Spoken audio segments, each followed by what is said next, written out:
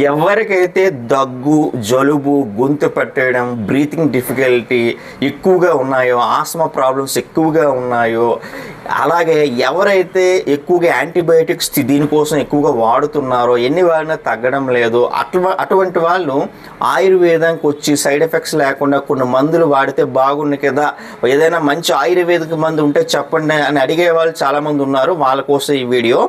జనరల్గా మీకు ఎక్కడైనా దొరుకుతుంది ఇది. చిన్నపిల్లలు అయితే 6 మంత్స్ నుంచి వాడాలని, 6 మంత్స్ లోపు అయితే సజెస్టబుల్ అయినది కాదు. 6 మంత్స్ to 2 years మధ్యలో ఉన్న వాళ్ళు ఎవరైనా ఎక్కడైనా దొరికేది ఏదైనా ఉంది అంటే పంకజ కస్తూరి గ్రాన్యూల్స్ అని ఉంటాయండి. ఇది గ్రాన్యూల్స్ చిన్న చిన్న గింజల రూపంలో ఉంటాయి. 3 పూటలు పొడి 1 టీ స్పూన్ అనేది పిల్లలకి అనేది ఇవ్వచ్చు. అలాగే పెద్దవాళ్ళకి అయితే టానిక్ రూపంలో ఉంటుంది పంకజ కస్తూరి బ్రీత్ ఈజ్ టానిక్. 3 పూట్ల 10 ml 10 ml 10 ml అని తిన్న తర్వాత తీసుకోవచ్చు. రిజల్ట్ అయితే బాగానే ఉంటుంది.